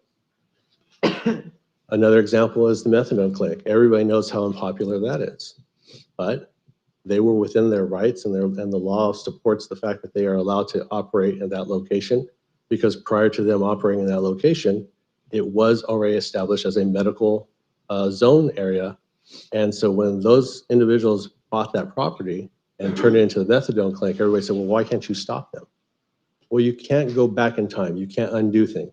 You can't, it was zoned for medical use. They are medical use under the certification of California, and they were allowed to be there. Again, another unpopular situation that the council was put in, and we continue to get hammered on, but they're within their rights to do so. So unpopular decisions are things that I'm very familiar with, and we experienced a lot of them over my 9 years on the council and even my 4 years on the Plan Commission. Part of the job. Thank you. Councilmember Elliott. Yes, Mr. Jackson, thanks for being here. Thank you. This is a ethics question. What methodology do you use when making difficult moral and ethical decisions? In other words, how do you decide right from wrong? So it's a little bit, I would say this, I've always tried to make a point of not trying to legislate morality. And I'll tell you why. Because everybody's moral compass is a little different. What one person is offended by, another person is not. I think when you start legislating morality, it's a slippery slope. I think it opens the door to a lot of legislation or policy making that could be detrimental in the future. When it comes to right and wrong, there's things I will tell you that I believed I still believe it, that cannabis was not right for El Centro, and I voted against it for 3 years. Eventually the tide swung, and there was a 3-2, and we now have cannabis in El Centro. Now, is it right? Is it wrong? Everybody can have a difference of opinion. Some people say it's legal, it's acceptable. I made a decision based on my interactions with the police department, with the recommendations from our chief at that time, making decisions based on the fact that we already had a marijuana dispensary basically right outside the city limits. I took all that into account, and I said, do we really need cannabis in El Centro? And I voted against it. Was it a right or wrong? Was it a moral issue? I think everybody's going to judge right and wrong differently. But I try to stay out of legislating morality because I just think that it's a slippery slope. But I spend a lot of time thinking about my decisions. I've made hundreds of decisions over my time on the city council and the planning commission. Not all of them were popular, but I always slept good at night. I always said, you know what? I put in the time, I put in the research. I did what I thought was best for El Centro. Not best for me, not best for my friends, not best for, anybody in my family or any of that. Certainly as an owner of a security company, I benefited, or I would have benefited from having cannabis in the city of El Centro. I continuously for 3 years voted against it. Would have been to my benefit to vote for it and approve it 3 years earlier. But in my heart, I knew that I did not believe that it was the right thing for our residents in El Centro. So I continued to vote against it. But I put a lot of counsel into that. I spoke to people. I would do my research. I would look at trends, whether it be criminal or recreational. I looked at all that stuff, and I tried to make the most informed decision that I could make. And I always do that whenever I make decisions. The entire time I was on the council, I would always make the best informed decision that benefited the majority of the city of El Centro. Thank you. Thank you. Now we come to the time where we give you 3 minutes to give us your pitch.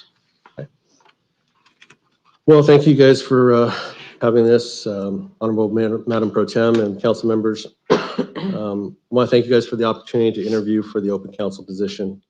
And as a lifelong resident of El Centro, I applaud the leadership that you decided to follow this model of selection rather than spend $40,000 or more of our general fund on a special election. I chose to put my name in for consideration literally in the 11th hour, and I spent much time considering the reasons why I was doing so. And what I came up with was, when I looked at the four of you, I see four individuals that are very passionate about our city. But what I don't see right now is I don't see a cohesive team. And being a cohesive team doesn't mean that you can't disagree. Because God knows I disagreed a lot with my colleagues and they disagreed a lot with me, whether it was on the city council or the planning commission. But we learned how to disagree without being disagreeable. And we made our arguments for our positions, and then we voted. And that's what democracy is all about. Sometimes you win, sometimes you lose. But we supported one another and we worked to advance the city of El Centro and our residents. In short, we were a team. So if I have the honor of returning to the dais, I first will work to bring us together as a team. I think that's important for our city. Then I would like us to return more to a governance that more aligns with our city's strategic plan. And what that means is that every decision we make as a city needs to have some linkage to one of the categories found in our 5-year strategic plan. And what this does is helps us focus as a council and as a city on predetermined set of goals for our city. And then finally, as I spoke before, I'd like to regain the confidence of our residents and put forth an additional half-cent sales tax measure on the November ballot. As you know, I was the author of Measure P in 2016, and along with my colleagues, we championed its passage. That passage allowed us to build a new library, a new police department, add new parks, infuse millions of dollars into our existing ones. And with that additional half-cent sales tax, El Centro will be able to fully staff every department. And more importantly, we'll be able to pay our employees what they deserve to be paid. This will immediately reduce or eliminate the constant turnover that many of our departments regularly face. And additionally, we would also be able to invest into our city at a level never seen before. Many people ask why El Centro can't look more like Palm Desert, and I say it can. It just takes money, and together we can work to make El Centro the jewel of Imperial County and set the bar for our sister cities to strive for. I believe that my 4 years on the Planning Commission, 9 years on the City Council, and my experience in the private sector, where I've started 3 local businesses and employ more than 450 employees, uniquely qualifies me to join the 4 of you and together move this city forward for our residents. I'd like to thank my friends, my family, my former colleagues for their words of encouragement and their advice over the last couple of weeks as I made this decision. I look forward to the opportunity of hopefully joining you for and moving the city forward. And I really, truly believe that together we can do some amazing things for the city of El Centro. Thank you very much. Thank you. Thank you.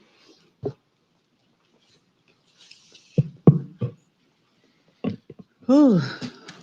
So At this time, Madam Mayor Pro Tem, you may call for a brief recess and may open the floor for public comment either before or after the break.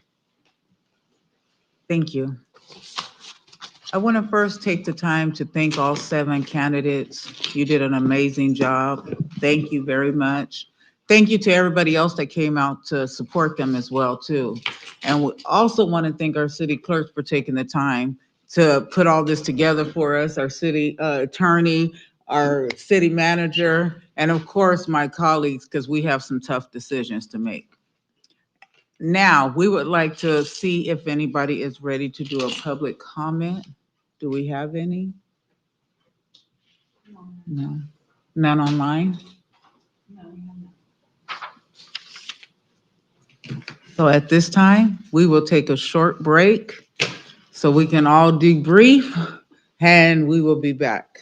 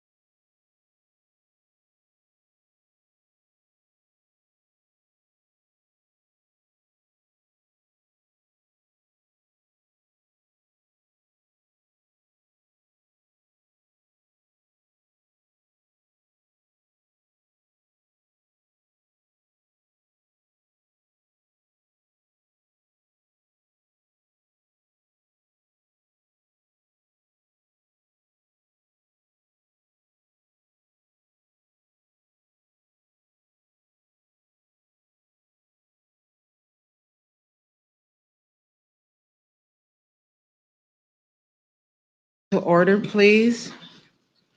Thank you for your patience. Everybody get a chance to get water, go to the restroom, and conversate with each other. I'm going to turn to my colleagues now to ask them who their top candidate is. I'm going to start with Councilmember Marroquin. Good evening, ladies and gentlemen. The top candidate that I am advocating for is Sheriff Raymond Loera. And the reasons why are because at this point, as you know, we have two new council members, that have been on board less than 6 months. Okay. Mayor Pro Tem Carter, has not been on board as long as I have. And at this point in time, we really need stability on the council. And I think that Sheriff Loera would offer that, because of his experience, not only in law enforcement, public safety, but also because he has actually sat in that seat and he has, actually worked directly with the city council. And so he would understand the dynamics of what it is to work in a municipality and also with the department heads. And so, that is my choice for, as my top candidate. Councilmember Camarena.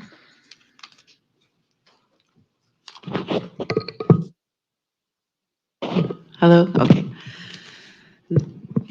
I want to thank everybody for applying. It's a very difficult decision. I'm looking at my top three and I'm trying to go to pick one and it's really, really difficult. But, and though I understand that we're new on the council and so forth, I think right now it's important also to, the questions that we asked, we're also asked to see what being able to identify what the problems are and how to find a solution to them, and if there was thought for me for solutions. And I'm gonna tip my hat right now to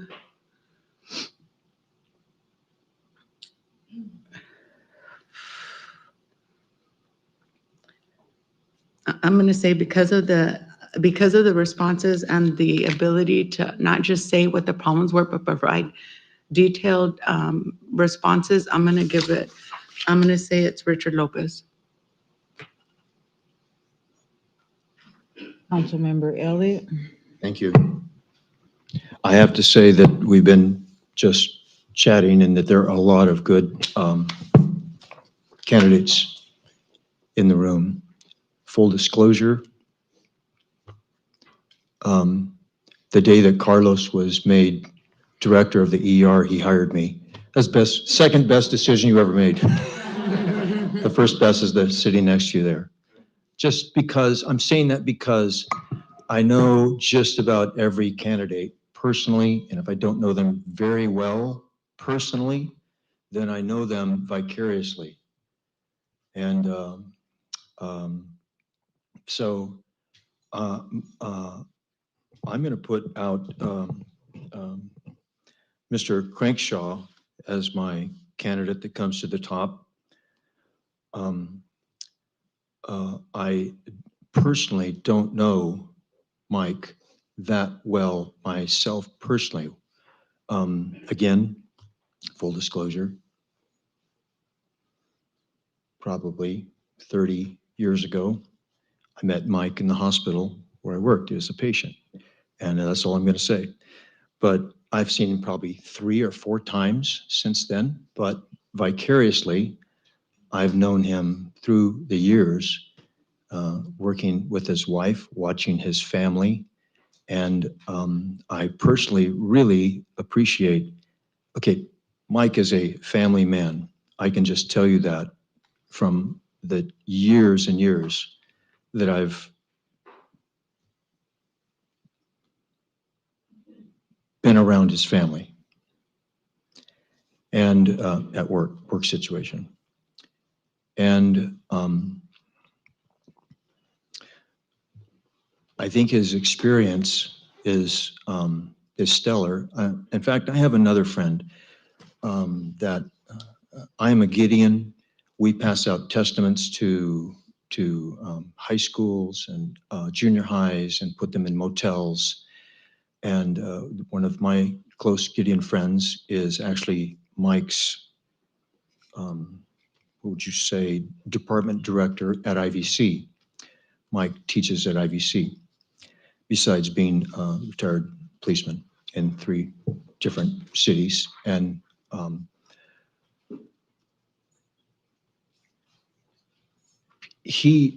this fellow that I know very, very well, he couldn't say enough good things about Mike.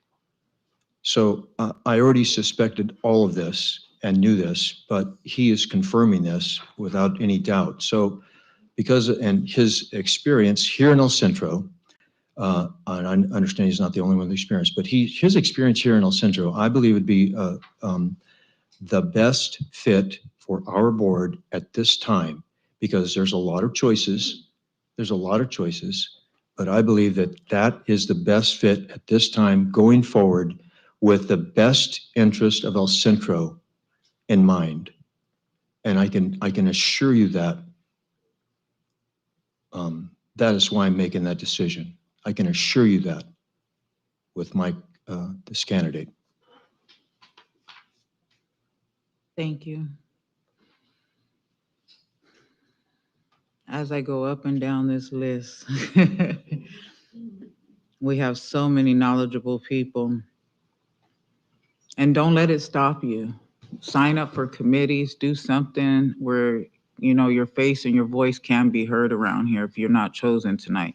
Do not take it personal. Keep proceeding to do your civic duties some way, somehow.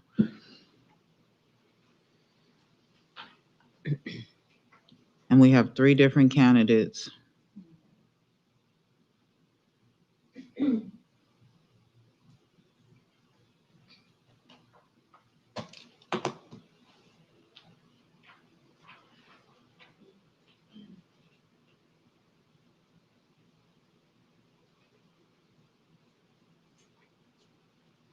going to have to agree with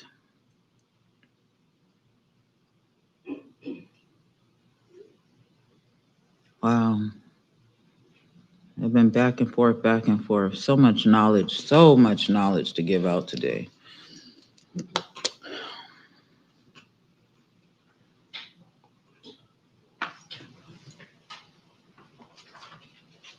I'm going to have to, I just can't give a personal reason why. I just, I'm going to agree with one of my colleagues, and it's because of the points I tallied, the different remarks I tallied, going back and forth in my head.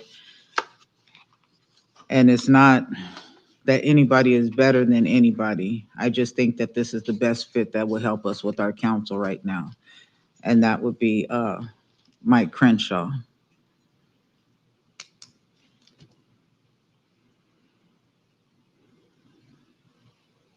So now I turn to my colleagues to say,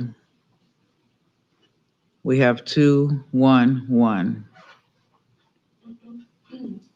Do we want to have discussion? Are one of you willing to step to a different direction? Or I will say that Mike was my second choice.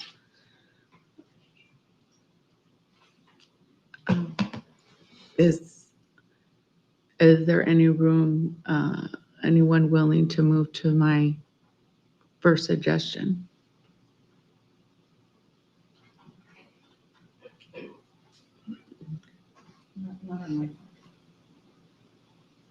I feel council members, I mean, this is a difficult decision. And very. Which is a good thing because we got so many good candidates. Mhm. That is a good problem. I just feel like the fit for our council right now, going forward, that this is going to be the most positive move we can make that is so crucial right now. We've had some rough waters. We've had some really difficult decisions, okay? And because of Mr. Crankshaw's values, one of his biggest values is his family. I know that. I know that. I've known that for decades. And that is our future.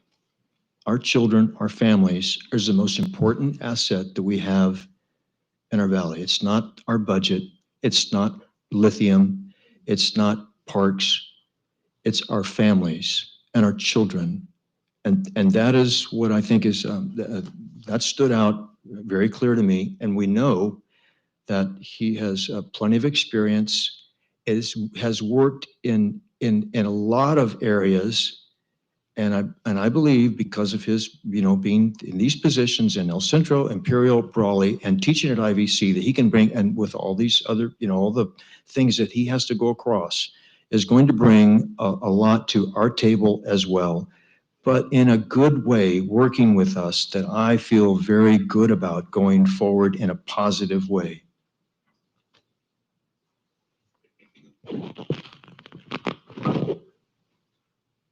Have something to say? Well, so Councilmember Ellett, we all value our families. It's just like, but, one thing that we have to keep in mind is that we are elected to run this city, okay? And, we also have to do what's best for our city. Please keep in mind, okay, that we have an interim city manager, okay, that will be leaving us soon. Okay, we have a new city manager that will be coming in soon. We also have an interim finance director, that, we have a consultant who's helping us until we can fill that seat with a permanent position. And, those are the reasons why I state that we need stability on the council, because, you're 4 months into the council, you're 4 months into the council. We need that leadership that has the knowledge, the experience of also having run, not only has sat in that seat of the city manager, because, as you know, that is the head of the operation here at the city. Okay. We also need someone who's had that experience as the head of the operations of a huge department, okay, within the county. It's not just city, okay, it's county-wide. So, that is why I feel that we need not only that knowledge, that experience, and the leadership, okay, because we need the stability as well. Okay, and I am not one to, knock family. That is important to all of us. We value our families. Okay, yes, and I am not saying that none of these candidates, do not value their families, because I know they do. When in one way or another, we know them. I'm sure. Okay. Yes. But my point is that we truly need that stability. You stated that you think Mr. Crankshaw would be a good fit. Well, I think Mr. Loera would also be a good fit. He is very even-keeled. I think that he would be, good for our council at this time, because not only as a good fit, but because of his qualifications and because we need stability. I can't emphasize that enough. So those are, that is my input on this.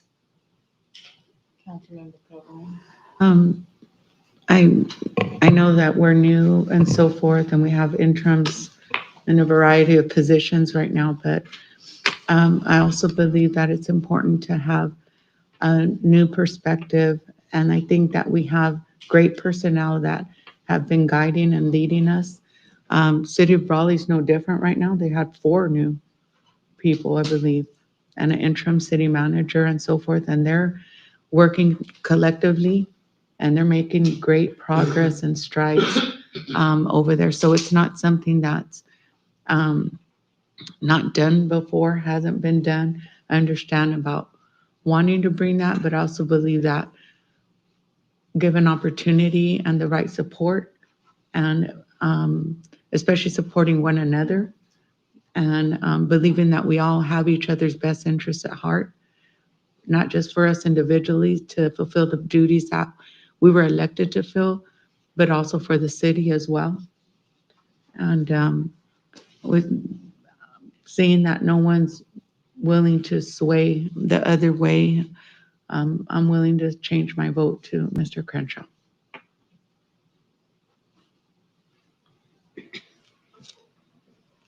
I'd like to just add some more discussion. I understand, Sylvia, what you're saying, appreciate that very much, and the stability that we need. I totally get that. And I believe that because of who Mr. Crankshaw is and the experience that he has, that he will bring the stability that we need and really unity that we desperately need as well. And to be able to go forward as a body, I believe that he is the best choice because of those things.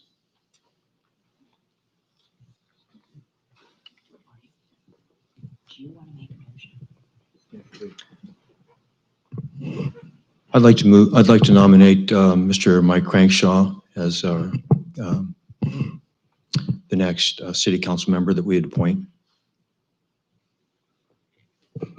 Okay, and I'll second.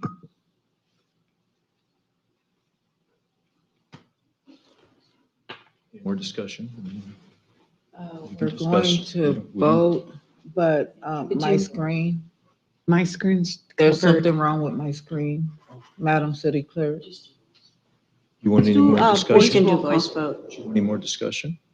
I had, Oh, no, at this point, you know what, and just so that everybody knows that Mike was my second choice. So I think that we have come to a consensus, you know, and, you know, I voiced, you know, what I, you know, what I feel would have been the best fit, you know, but ultimately it's a consensus between this body, you know, and so, and I guess. we're gonna do a voice vote. Councilmember Allen? Yes. Councilmember Camarena? Yes. Councilmember Marroquin? Yes. Councilmember Carter? Yes. Motion passes 4-0. We want to thank everybody.